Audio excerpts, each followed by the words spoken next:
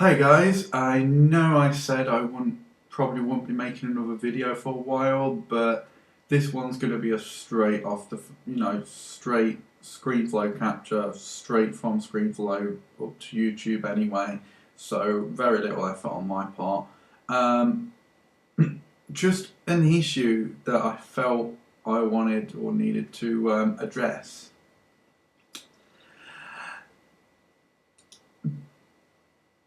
Basically, it's been seen that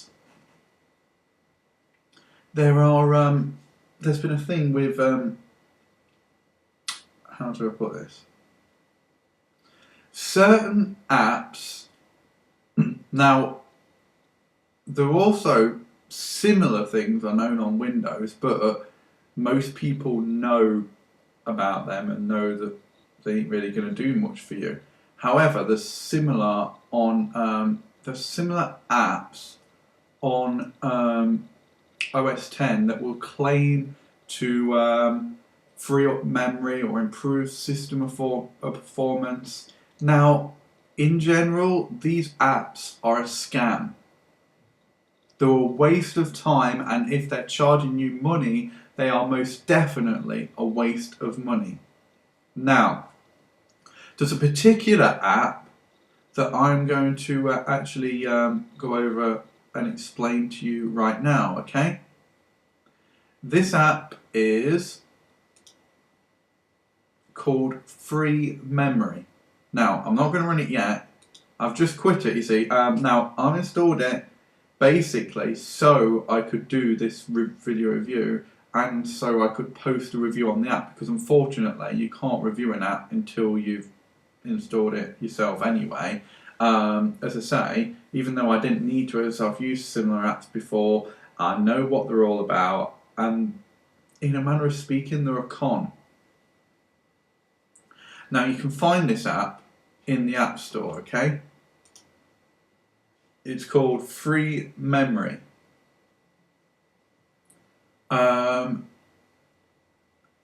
Now they're saying mind-blowing mega deal or whatever.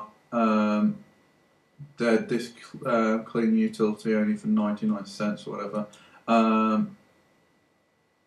Check out related app Free Memory Pro if you're on OS 10.6 to access all extra features directly. Other apps are great too, take a look at them, blah blah blah, and then they give you a screenshot of the app running, and they also show you the whole memory thing, free and active memory, etc, etc, etc. Basically here it's saying on here, for example, free memory can increase your free memory with a simple click. It always monitors your memory in the menu bar. Right up here. Right, now, this isn't a lie.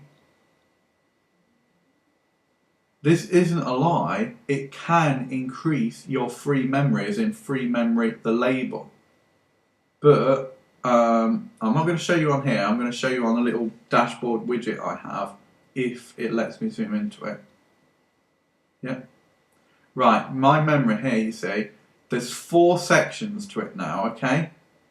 There is wired, active, inactive, and free. Now, even though this is split into 4 categories, this overcomplicates it for the average user. The average consumer doesn't understand this, doesn't understand what it's about. So let me break it down for you. Let me explain it as best as I possibly can, okay? These 2 at the top, wired and active, this is your RAM or memory that's in use, okay? These 2 below it, inactive and free, this is your available memory, okay? The memory or RAM that your system has available for apps to use, okay? So theoretically,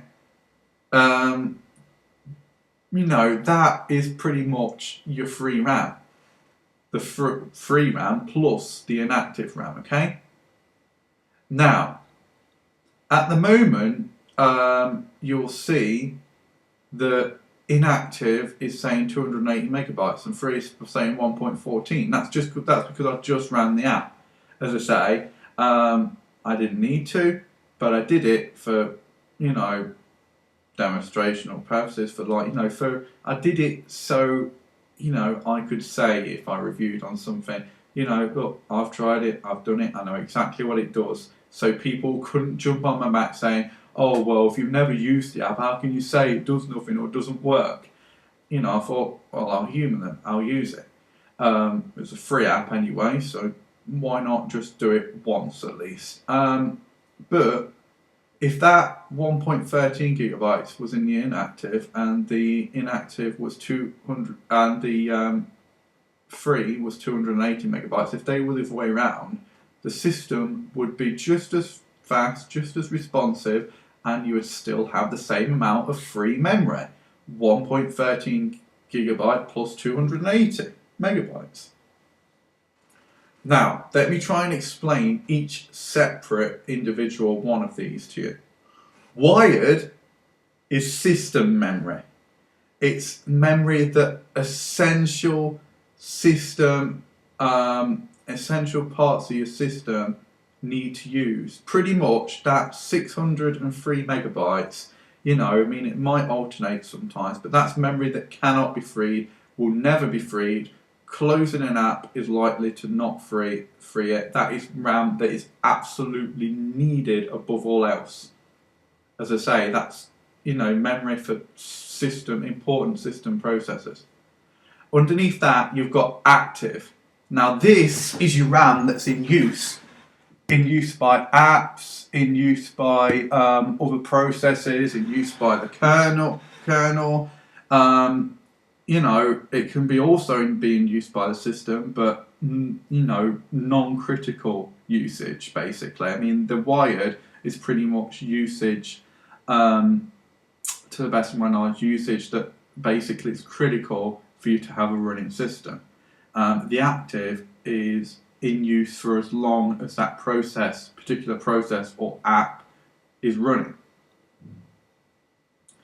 Inactive is available system memory that hasn't been freed up. Now, what that means is, how to best explain this? What that means is, you might have recently been running an app that's used quite a bit of system resources or whatever. You might have recently closed that app, or a particular process from that app might have ended. Now, once that happens, and that RAM isn't being used by that app anymore, or isn't needed at the time, what happens is it's moved from the active to the inactive, which means it becomes available. Okay, it's available system memory. Okay, it's not in use anymore. What being in the inactive column means is it's being held there for if the app might need to use that memory again, so it has quick priority access to that RAM. Okay, so if you're still running the app and it's a process that just ended or whatever, but it's the process that was going to start up again, it would actually aid your system performance because that RAM will be instantly reallocated, used again for that process.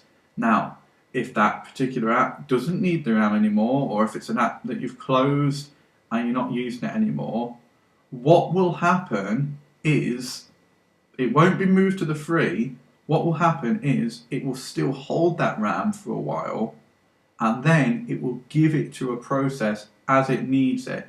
The process, the next app that you run or whatever, is probably going to look for free RAM first, but once it runs low on that or whatever, or if the free RAM isn't enough for it, what it will do is it will dig into the inactive memory, and it will actually, and basically it will take whatever else it needs from the inactive. The inactive is still free and available. Now, I'm probably not explaining this as well as it could be explained, but I'm pretty much giving you enough information, about as much as you need at least. Now your free RAM is RAM that's either never been used by an app, or it has been used by an app and then eventually the memory was moved to the inactive, and then I'm pretty sure, if memory serves me right, if inactive memory isn't used for a long period of time, so it's something that was used, memory that was used by an app. I don't know what the length of time is, but for memory that was used by an app a long period of a long while ago. Eventually, given time, that will be that memory from that particular process will be moved into the free section, which means that's RAM that's not being held, not being reserved, that is free for absolutely any process, is not given priority to anything, and it is just totally 110% free and available. It's just idle memory, pretty much. That's what it means. It means idle. So, for example, if we look here at my CPU, right, there's 4 sections to this, okay? User, system, nice, and idle. Now this is in a slightly different way around, but imagine the system is the same thing as the wired memory. That is, CPU power being used by the system. That's a must-have. It's important, critical for the system running properly. And then the user is like the active memory. It is basically from apps that the user has had running or certain user account related processes. The nice section is pretty much the same, if my memory serves me right. Now I'm not certain on this, but I'm pretty sure, to my understanding, this is how it works. The nice section is pretty much the same thing as inactive memory. It's pretty much inactive CPU stuff. It's maybe CPU power that's being held or being reserved, but it'll also be given to another process if needed. At least I think that's how the nice section works. I've never actually seen that go up, so I can't be sure. Idle, now imagine idle being the same as the free section. Now, you saw idle and you'd think between 72 75% idle. Well, idle doesn't look very good. That's like it's not really doing anything with that. That's like processor in power that's gone to the X zone. An average user who doesn't know much would probably think that you'd want that in the nice section. No. Idle in this case means free memory that's not in use at all. And you see how it keeps going up and down? That's because user and the processor power here keeps going up and down. So as it's using slightly more processing power, it takes from the idle and the idle goes down, and then as it uses less, the idle goes up because that amount immediately goes idle. However, free memory is pretty much the same thing as idle CPU. It's idle memory that isn't in use for anything, isn't being held for anything, and basically that's the memory that the system is not doing anything productive with. Inactive memory is memory that is available to your system, but memory that your system is holding for priority processes. It's actually good if you have, a little bit of inactive memory, as I say. What I mean by that is, when you run some of these apps, like the apps I've been trying to explain, like this free memory app, when you run this app, okay, what it will do, let me try opening it now and I'll show you how this one works, and this is pretty much how most of it works. It will show you free memory up here. Now, because it's been run recently, the bulk of this, I think over a gig of this was inactive. Running this app made it move that inactive to the free. Now, showing this helps you monitor the free memory, but you don't really need to. You want to be monitoring your free and inactive. You want to be monitoring your available memory. What this is doing is just helping to con you more, because you're seeing, oh wow, the app really works. I've got over a gigabyte megabyte free when before my free would have only been 200 or 300 megabytes at the most.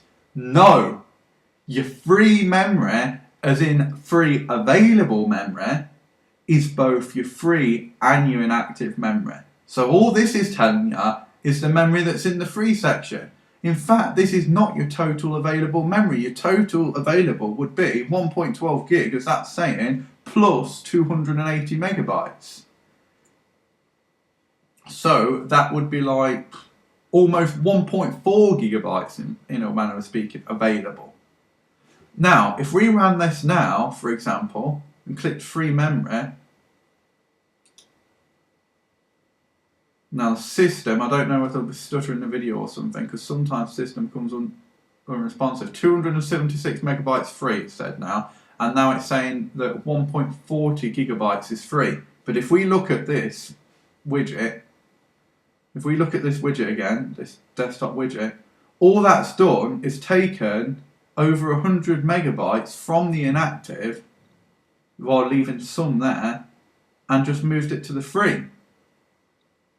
So really, you've not made any more RAM available. You've not improved system performance. If anything, you're only going to make your system performance worse. Because you're actually running an extra app that is going to be using memory itself. Therefore, you're actually using more memory and therefore have less memory available than if you didn't use the app in the first place. And also because you're messing with the natural order of things.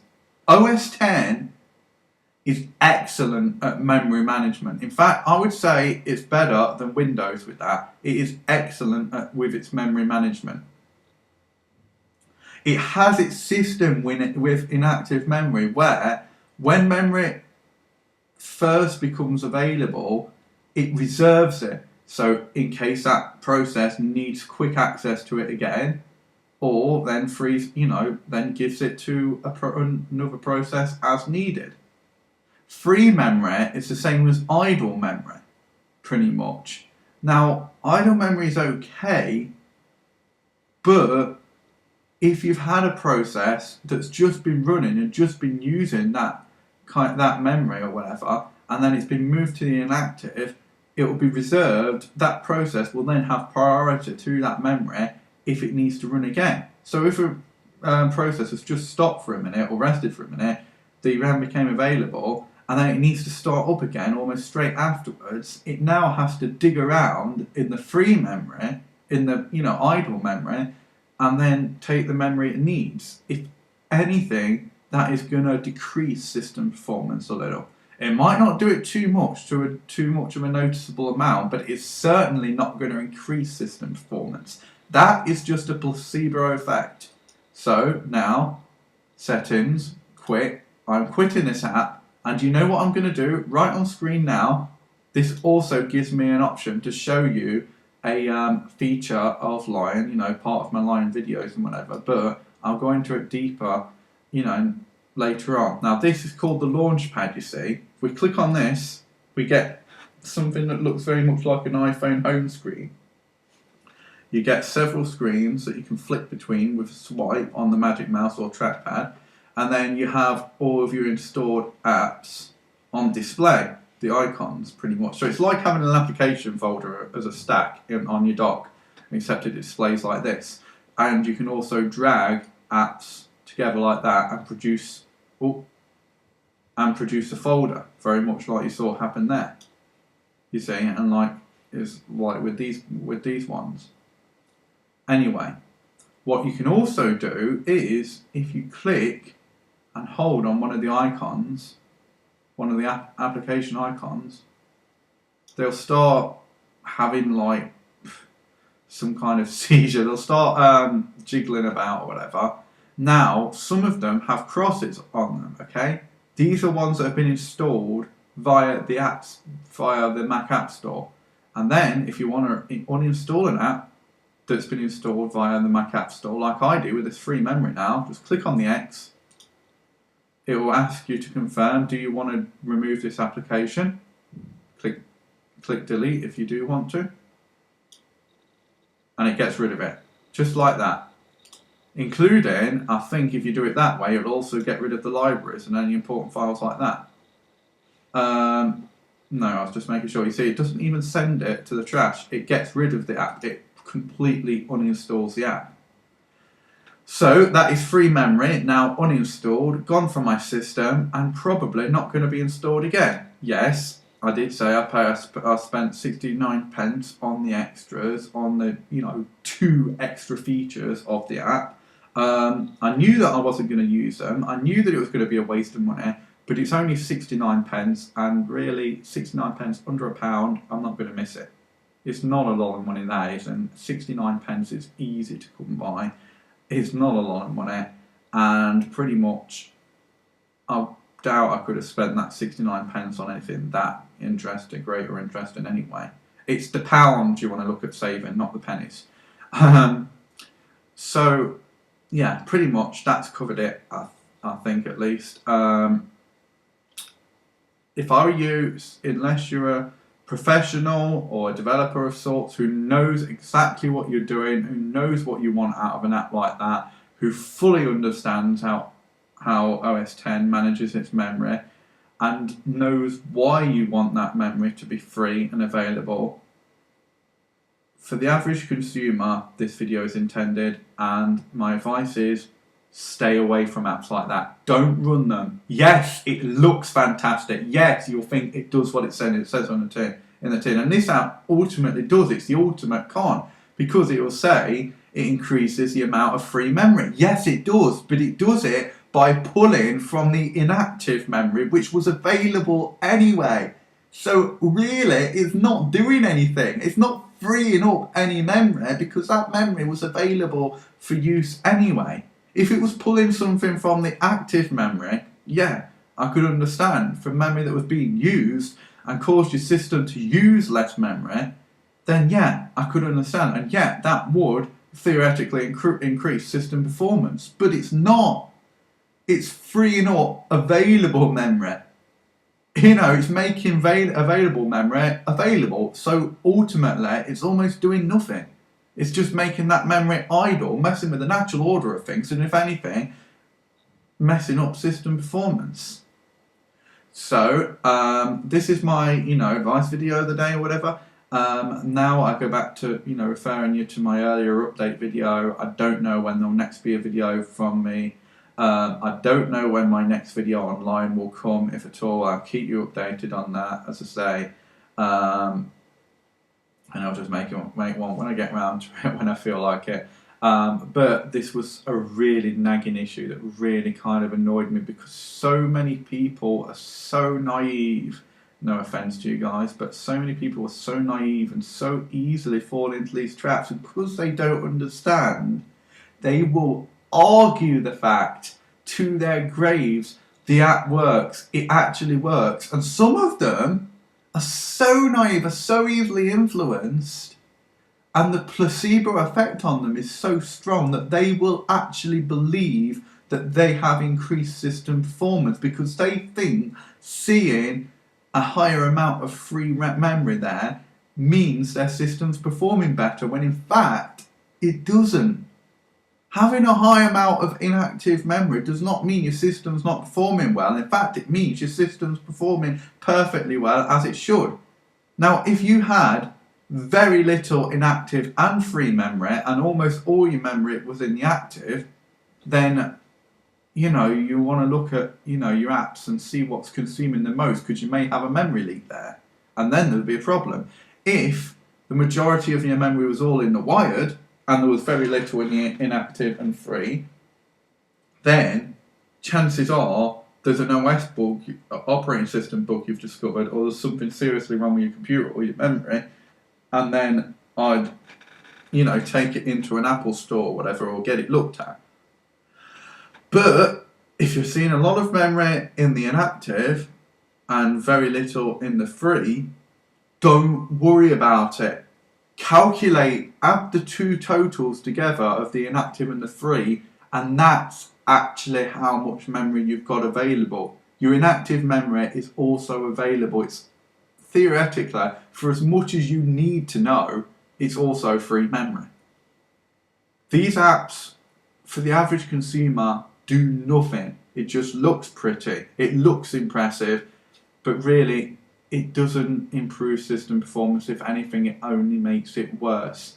Use them at your own risk. If you still want to waste money on these, then go ahead. But for God's sake, if you review an app like this, don't sing its praises. 5-star in it because it does what it says on the tin. It might do what it says on the tin, but what it says it does on the tin and what it actually does is not useful. It is not useful. If you're going to review an app, make sure it's unbiased, make sure you know what you're talking about, and make sure the review is going to help a person instead of just saying this app does what it says on the tin. It really does free memory. No, it doesn't free memory. It just frees up inactive memory that was available anyway. It's not, them kind of reviews are not helpful to the user, because then they'll think, oh, this app must be fantastic, then I'll run it, I'll install it, and they'll also fall for the trap. Then whenever extras, charged extras are released, or they show you advertise a pro version with all these features that you just need to pay this small amount for, people will snap it up and pay for it because they think, wow, this app's working so well, I want this, I need this. No, you don't need it, you do not want it. Stay clear. Let OS X manage the memory as it always has done, and you will find your system performance will be no worse off for it. If anything, it will be better off. That is all I have to say on the matter. So this is J800R. Thank you very much for watching, and I'll see you in the next video.